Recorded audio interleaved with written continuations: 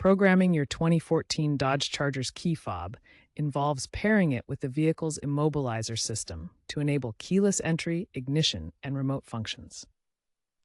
The 2014 Charger uses a secured system to prevent unauthorized access, but you can program up to 8 key fobs for your vehicle. The core concept is pairing the fob's transponder chip with the vehicle's wireless control module using radio frequency signals. This module securely stores the fob codes. Recent developments include OBD2 adapters and smartphone apps that simplify DIY programming, eliminating the need for repeated ignition cycling. Aftermarket key fobs are compatible with the Charger and provide a more affordable alternative to OEM versions, costing between $50 and $150 each. However, if the vehicle's ECU has been reset or tampered with, professional dealer intervention may be required. The programming process begins with inserting the key into the ignition. Follow these steps carefully to program the fob.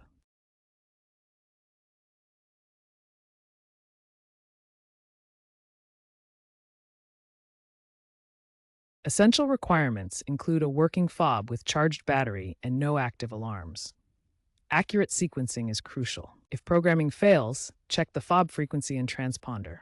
Common issues include battery drain or counterfeit fobs. For complex issues like ECU resets, consult a dealer. OBD2 scanners and apps offer a cost-effective alternative.